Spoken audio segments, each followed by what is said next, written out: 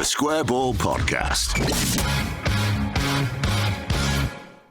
Welcome to the show, brought to you by Levi Solicitors. There's 10% off your legal fees. levisolicitors.co.uk/the Square Ball. Dan, Michael, Moscow.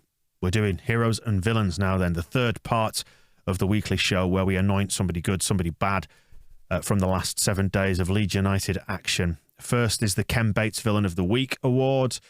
Nominations, please, and some of these have come from our TSB Plus subscribers. We asked them to send us feedback each and every week for these nominations, and of course we can add our own into the mix too. So who have we got first? Me and you. Right, fine. Bit harsh, but yeah. But Sai 1919 nominates me in particular for turning on Bielsa. Yeah, I'm fine with that's fine. Bad. Yeah. The quite embarrassing defeat. It caused me an ungrateful follically challenged prick. I'm sure you two are gonna stand up for me here. Yeah. Anything to say? Not really. You were having a proper cry about the City game. As if nobody'd ever lost 7-0 when Southampton had lost 9-0 to Leicester 2 seasons running. I'd have complained if I was a Southampton fan then. Yeah, but you wouldn't have said it has never happened. You would just have said we are now one of the teams that it has happened to. Because you were implying that this never happens in the Premier League. It happens in the Premier League all the time. Well, it doesn't happen that often. Very often. It happens enough that it's not that unusual. Fair enough. And I'm not ungrateful, but I am follically challenged and a prick. So yeah. I'll accept two out of three. 2 of the 3. What's this Ghost of Christmas Past person who was mentioned in the propaganda show as well, suggesting we should refresh our perspective? Yeah. No, because if we all agreed on absolutely everything, life would be no fun, would it? And I suppose as well, if we all said everything was great, there'd have been people in the feedback saying it's not great. You're a set of deluded dickheads. Which we do get. It won't be long before putting me back under the COVID blanket to see how optimistic I feel then will be coming along. Let's criticise some things we can all agree on, eh? Yes. Like referees and VAR. Yeah, fine. Loads of people, Ken Taylor, Adsham, Graham, Slip, Aiden, loads of people, all just saying basically. It's bollocks, isn't it? It's shit. The Xhaka thing, the fact that he was completely overlooked, all the decisions that have gone against us in the past few weeks. Xhaka can do what he wants. Correct. Very good. Ain't nobody else gonna send him off. Anything else? Yeah. Premier League getting some stick as well for forcing us to watch Leeds instead of spending quality time with the people that they love. That's Scrooge McHutch who's sent that one in. Yeah, I mean, they have seemed to just dodge coming up with any sort of solution to anything that's happening at the moment. I think we carry on and just get the fixtures played just proved to be a complete non-decision when you looked at how many fixtures were not played, and there's been no leadership. And it's probably we mentioned it in the earlier episode as well about the poor rates of vaccination at various clubs, and when you try and work it out, because we know that Leeds are 100%, Liverpool are about 100%, I think Brentford are about 100%. So then if the average it's around 70% in the Premier League as a whole, I mean, some clubs must be really low. If our saintly team are dragging the average up, what's going on at some of these other teams? And that is something that you can put at the Premier League's door, especially when you compare it to other leagues in other countries who all have rates in the 95% and upwards. Whereas the leadership on this to say this is something that the game needs to do to get the games played, and how it's got to this point where so many players are not vaccinated and unavailable to play, and that's just one of many reasons to have a go at them. But this particular, it's not just about not taking decisions about the fixtures this week. It's everything that's led up to this point, which just seems like a big avoiding the issue and hoping it just goes away. And talking of avoiding the issue, we have found that lashing out at other people is the way forward under these circumstances. When we're struggling with our football team, is just to attack other ones. So let's have a go at Jurgen Klopp and other Premier League managers trying to get a winter break and moaning incessantly when we just bloody well get on with it. Lean the cheese, yeah, calls out Klopp, saying a lot of shit comes out of that man's awkwardly aligned mouth. Okay. It is. He has got a strange sort of. I think it's because his teeth are a bit big for his head. Well, I think he had his teeth done, didn't Yeah. he? So he's kind of just getting used to him. They put the wrong size in. is all I can gather. No, I'm sure we'll hear more from him in the next week or two as well, depending on what happens on Boxing Day. Who else have we got then? Xhaka obviously gets plenty of nominations for his naughtiness towards Rafinha. I know. I still can see why it was a yellow card if it was going to be anything, as I was saying, on the match ball. But then when I watched the replays in more detail, it's a real vicious little, nasty little thing, and it doesn't have because like the Harry Kane one and the Robertson one, it's the force and the power and it's the jumping off the ground and doing it. There's none of that in it, and that's why you can sort of, if you'd been booked for it, you'd probably say fair enough. But there's enough maliciousness in it to go, actually, you're being a right horrible little twat. Get off the pitch. It's a proper cheap shot. It's punching someone in the back of the head is what this is. It's not a hard man thing to do. It's a sneaky little prick of a thing to do. Like when Sergio Canos headbutted Gianni Alowski in the back as well. It's a horrible little sneaky thing that we'll never forgive him for either. Do not forget. Tom H says that he thinks he's the king of shithousing, but he's just a massive character. And I hope he gets food poisoning on Christmas Eve. Seems fair. Why wait till Christmas Eve?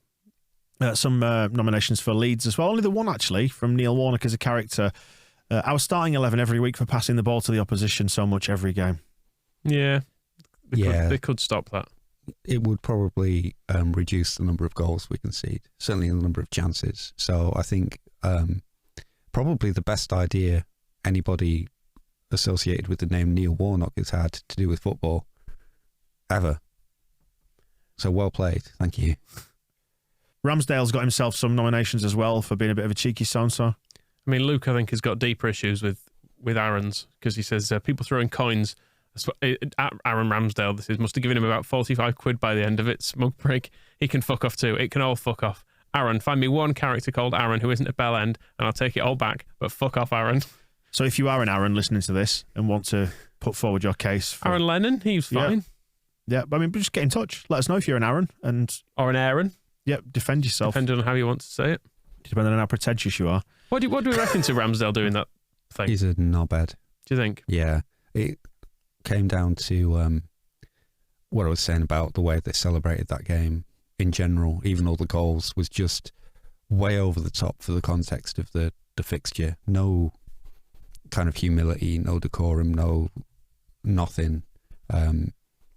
Particularly the full-time stuff. And I didn't mind Ramsdale's antics when he played against Leicester. I think I highlighted on here that he looked quite entertainingly off his head. But seeing it in the stadium in real time, just... Is he cheapened himself? Do you think he's trying to impress his new friends? It struck me... Arsenal. Yeah, it strikes me a bit of that. There's a bit of that with Ben White as well, you know. Like trying to show off in front of his new pals with his expensive move. And his good tackle on Gelhardt. Yeah. And his lovely tracksuit. Why were they're not nominated on Adidas? But they should be, because Arsenal came out in really nice retro tracksuits. Yeah. Why can't we have some? We came out in sackcloth, didn't we? We might as well have been in Macron for how shit we looked compared to 3 stripes down our shoulder of burlap sack. The thing with Ramsdale is it'll rebound on him eventually, because making yourself a character at a club like Arsenal is fine while Arsenal are winning. But when he makes a mistake, we know that there will be 18 videos on AFTV about putting him in jail. He's so busy looking round the back, winding the crowd up. Yep. Yeah, all that. Have you got any defence for Aaron Wan-Bissaka? Plays for your beloved United, of course. The finest of the Aarons. Awans. No. Okay. Fine. Some of the other nominations then. Souness gets some nominations for his punditry around the football. Arteta, described by Philip as being sub-Klopp. His sub-Klopp histrionics on the touchline. I am now praying for a late season implosion at the Emirates. Seems fine. He's right. He was jumping around in his tight, silly trousers about yellow cards and all sorts through that second half. And sit down. Sit down. Well, yeah, this is it. The game was in the bag. I keep saying this. Just sit down and watch it. Can't argue.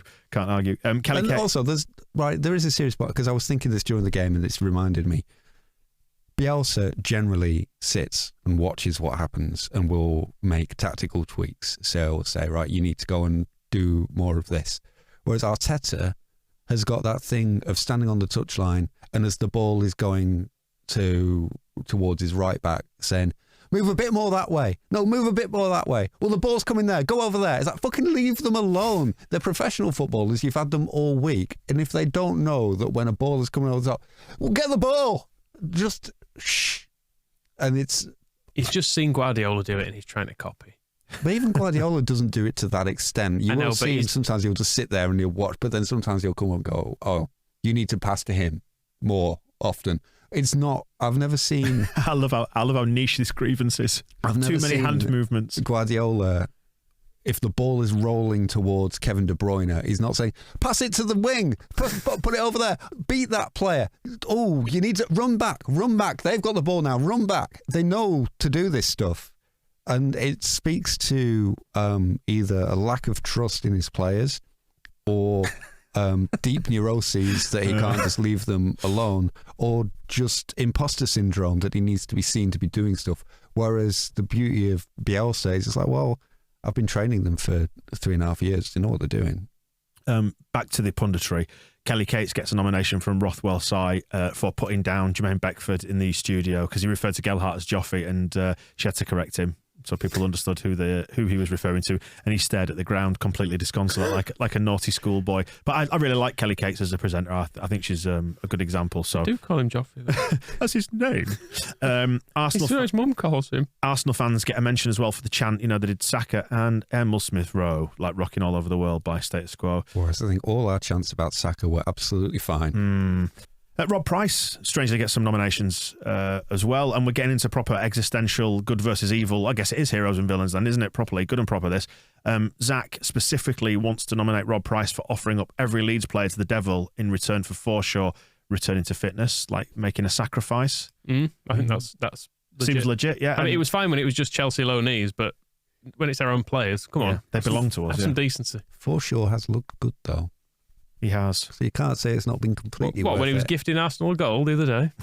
They knocked him over, big bullies. And Joe, on the flip side of this, is nominating God and to suggest if God does exist, he's obviously a Leeds-hating bastard. Yeah. So, well, I mean, are we going with the Bielsa's God thing, though? Because that's confuses things somewhat. I don't think that sits well with Bielsa himself, because I know that he's a religious man, isn't he? Yeah, like, the Bielsa, the Redeemer, arms out thing. I don't think he probably likes that. Well, he took the time on the night that we were promoted to correct that one fan who was outside his house and said, everybody's, well done, Marcelo, well done. And went, you are God. And you go, no, I am not God. But I don't know. I think it's maybe more just modesty rather than a religious thing. Right, go on then. Pick a Ken Bates Villain of the Week award winner. Or is it loser? No, it's a winner because it's the best thing that'll ever happen to them in their life. I'm tempted by Andre Mariner because I feel like every time he referees a Leeds United game, I end up trying to think of some kind of boat reference because he's all I think about because he's done something, and we have to talk about him. And yeah, you see, to my mind, is this the same for you, Moscow? I immediately visualise a man in a full sailor's outfit when I think of Andre Mariner. I'd think more of him if he was dressed as a sailor. But unfortunately, he doesn't referee games. He wears the standard referee's kit. I think maybe he should be forced to. What sort of a sailor outfit are you going for? Like one with the bell bottoms, stripy t-shirt, little hat, yeah. And a cravat. Okay, that would look very natty. 1/5 of the village people, basically. Yeah. So, if he referees games like that in future, maybe. I mean, we have had a lot of debate lately about whether refereeing standards need to be improved and whether we need to just sweep the lot of them out, bring in the village people instead. Or I mean, we could dress Mike Dean up as a biker. I think he'd be too into it. I think we need to just get rid of them all, get the village people in instead, and let them sort it out. Are we prepared to go along with that then? Andre Mariner and VAR? Yeah, by weight of nominations, I think he gets it. And in a week when we've been absolutely abysmal, it's good to blame other people, as we've established. It's either him or Leeds United in either entirety. Give it to Cody Drama. Blame a child, why not? Yeah, let's externalise the blame. It's the only way to cope, isn't it, under the What circumstances? about Somerville? Couldn't even play half a game, couldn't he? Let's do the Gaetano Berardi Hero of the Week award with nominations per Leeds. Bielsa gets several. Can we really? I know he is our messiah up to a point. Not that he would agree. But we've conceded 13 goals in a week. Kit does have a point that he's generated togetherness of the fans and players. And that is true. I don't remember support like this before. Yeah, you're right, actually, yeah. So to have done that. As a unifying force, then? Yeah, I think so. And also making the point, 100% the person we want in charge. And I do agree with that. I think if we change manager now, it would be far riskier than sticking with Bielsa.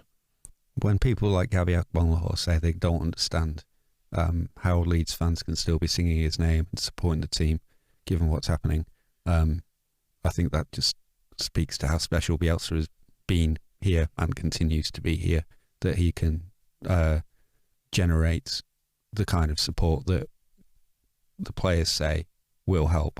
I just want him to be happy. I want us to be happy. I want us all to be happy together. It doesn't feel like we're very happy this season. None of us.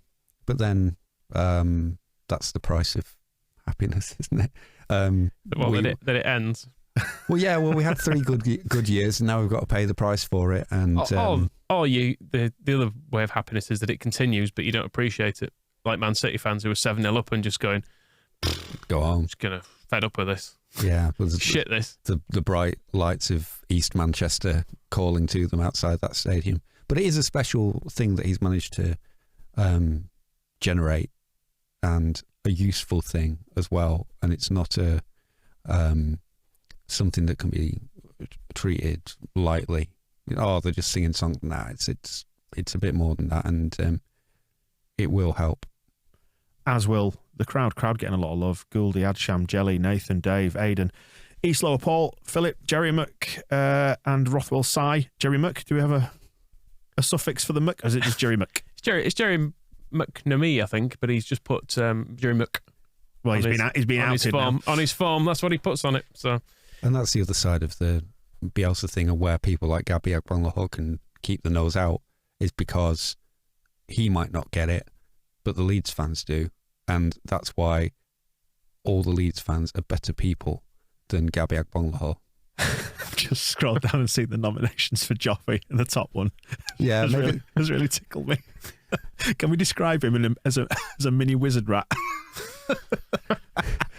We'll never let a Scouser forget where they're from, will we? That's from Luke. He would fit in nicely as a little wizard cartoon character, but a rat. Yeah, he's an anthropomorphized rat. Yeah, a nice one. Yeah, rats are cute. Dear mate. Exactly. It's not their fault. They get a bad rep. Luke is specifically nominating him for his chest passes, and he is very good at those. He's good at lots of things. He's got a nice barrel chest though, as Joffrey, hasn't he? So he's very, very well equipped in the chest department. Even the 2 penalties that he's won, just this dribbling in the penalty area stuff, good. I'm in favour of it. It works well, and hopefully, I mean, we were saying before, this is kind of an odd season for him because we really, really need Pat Bamford back and scoring goals in that position. But knowing we've seen enough now of Gelhardt in this period this season, and if he comes on as a sub for Bamford later in the year, that in the future he is going to be incredible.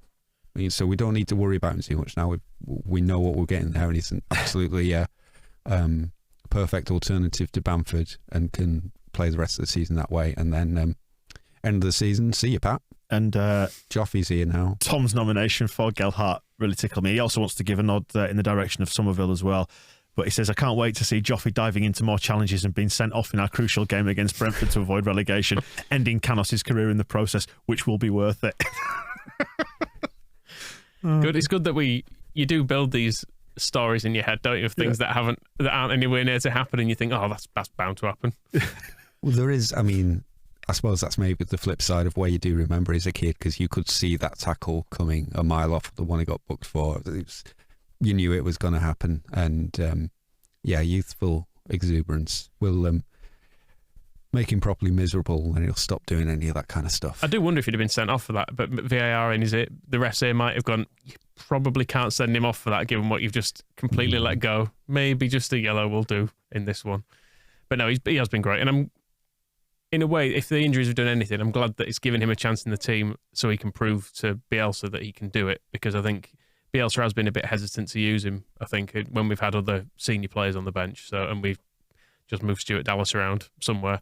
So being able to just go, right, a striker off, a striker on is a nice option to have. It takes time, doesn't it? Because you saw him at Fulham when he played his first team match, and he didn't do anything, and he didn't play very well, and he didn't look great. But you need to get over that hurdle, and then the next game. Same with Charlie Creswell when he had his first game in the League Cup last season, and he looked like a walking disaster. Get over that, and then get in the next one. Time has to take place for these things to work out. It's all very well lobbing a goalkeeper from the halfway line in the under-23s. You've got to do stuff at the top level, and you can't expect it to happen in the first game. So Bielsa's kind of caution isn't foolish. Just got to bring him in this way, and it's probably the perfect example of how you bring a player in. A couple of sub-appearances, Carabao Cup, couple of sub-appearances, start, and then get him out again because we need Bamford back. Robin Koch gets a nomination for making it through 90 minutes, which, to be fair, given our injury record and the number of times we've seen players break down. And his injury record. Yeah, coming straight back after injuries, fair play to him. It was Si who nominated Robin Koch. Mark Jackson, nominated by a fellow Mark Worthington, for providing us with enough players to get a team out. Melier gets some nominations as well. Johnny, Jerry Pete, Pascal's Colliding Bones, Philip, West Stand Ralph, Toby Larone. Met West Stand Ralph. He's a good lad, isn't he? He was young. I fully expected a West Stand man to be in his 50s. But yeah, he came and said hello, and I was like, oh, I think you're younger than me. Well, he's definitely younger than me. I forget how old I am sometimes. But yeah, surprising. Yes, he's 40, isn't he? A mere slip of a lad at 40. And the nominations for him, despite conceding all the goals, not really to blame for any of them, we don't think. I mean, I'm not totted through all 14 of them, but he did keep the score down. It would probably be churlish to go, oh, he was a bit... His footwork wasn't quite right there. The Mason Mount one at Chelsea was out of position. Yeah, well, and also bastard. That pass to Stuart Dallas wasn't the friendliest in the world, but he is player of the season. Probably is. He makes incredibly good saves in every single game. Like in the first half against Arsenal could easily have been 5 or 6 if we'd have had. Yeah. Imagine Kiko Casilla in that goal, and rather than in the West Stand as he was. Imagine that Athletic article that we were talking about, I think in propaganda earlier on, did say that he's conceded the most shots on target of any keeper. He's faced, not conceded. He's faced the most shots on target of any keeper in the Premier League this season. So he's being kept busy for his money. Let's put it that way. Yeah. Why would he want to go to Paris Saint-Germain under these circumstances? Play at a team where you'll be used, warm, and appreciated, and busy. Yeah, he doesn't anywhere else. He'd just be standing watching, wouldn't he? I think he feels a full part. He gets a proper 90-minute workout. We're helping to boost his reputation. If he plays for Man City at the moment, the France manager comes along to watch him. Doesn't seem to do anything, does he? I don't know. He took some alright goal kicks. What are you meant to do? This you can see every couple of minutes that he's making great saves. The poor thing. It's a great development opportunity for him. Who's your hero of the week? I mean, Moscow got one. No, we're not doing that. Well, for beating COVID. Yeah. Well done. Well done. Who is it? Feels like the crowd. But then are we sort of giving it to ourselves? That feels a bit smug. All right, the crowd except for us three. How about that? Okay. Yeah. I'm happy with that because I didn't sing a single note. I wasn't. I didn't even go to some of the games. And then I was fully press boxed out of the Arsenal one. So I don't know if you. I think we can give it to the crowd, but remove ourselves from that because it feels self-indulgent. Because the crowd, carrying the whole thing at the minute, at a time when we're needed, carrying the whole thing to a bin. Certainly not going to retweet any videos of myself singing in the Cop, for example, just to prove what a great fan I am. Your head was caught on camera, wasn't it? Your head. Someone pointed me out. Yeah, it was like I felt like I needed to do it because loads of people were having to go at me for slagging the team off, and I was like, it's not the same. I don't do it. I'm just very negative. I just don't tell them that. So Leeds fans getting hero of the week then, the crowd.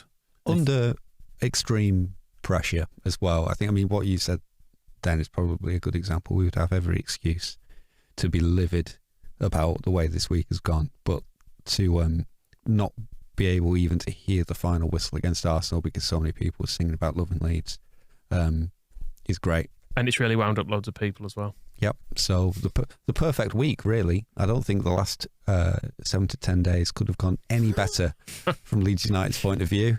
I mean, we laugh about that we have avoided speaking about the racism incident as well, and that's been very deliberate because it's in the court system, so we can't comment on it as well, which is why we're not going to be passing judgment, either good, bad, or anything else in between right now, because it's Leave it to the jury. Exactly. I mean, if we're going to nominate someone as a hero, Rob Holding is the person who brought it to the fourth official's attention, so I guess well done to him. But then nominate him as a villain for looking so much like Bernd Leno that I didn't realise who it was. I misidentified who was responsible at that point. It was a tall, older Arsenal player with blonde hair, and so I was guessed. I thought he was wearing gloves, but I don't know. Listen, you're now googling to see whether Rob Holding and Bernd Leno even look alike, aren't you? I am correct. As far as I'm concerned, Bernd Leno is a taller Jay Leno. I'm also just checking Rob Holding's age. He's 26. And that's not old, but older than. I mean, Arsenal have quite a young team, don't they? Like that Martinelli fool who should be nominated as a villain is a baby. Ben White's forever young. Aaron Ramsdale's basically a 12-year-old in his dad's goalie kit, isn't he? So okay, Rob, you've convinced me. Rob Holding's old. And does he look like Bernd Leno? If I knew what he looked like, it's Google images are at your fingertips. Does anyone need to hear Michael Google image searching somebody, or should we just wrap it up? They're both sort of tall blonde men, aren't they? There you go. You see, anybody would make the same mistake. Great, excellent. Thanks for that. We'll wrap it up there then. Have a Merry Christmas as well. Show will be taking a break next week. We'll of course be doing the match balls and propaganda as well. No break at all in that case. But no weekly show because, well, too many games too close together, quite frankly. And it's Christmas. The news might be even immediately out of date if we tried to do a news show. I would never countenance that. But we will be back across the holidays, as they call it these days. And we'll speak to you then. Celebrating our victorious win over Liverpool. Exactly. Have a nice Christmas. The Square Ball Podcast.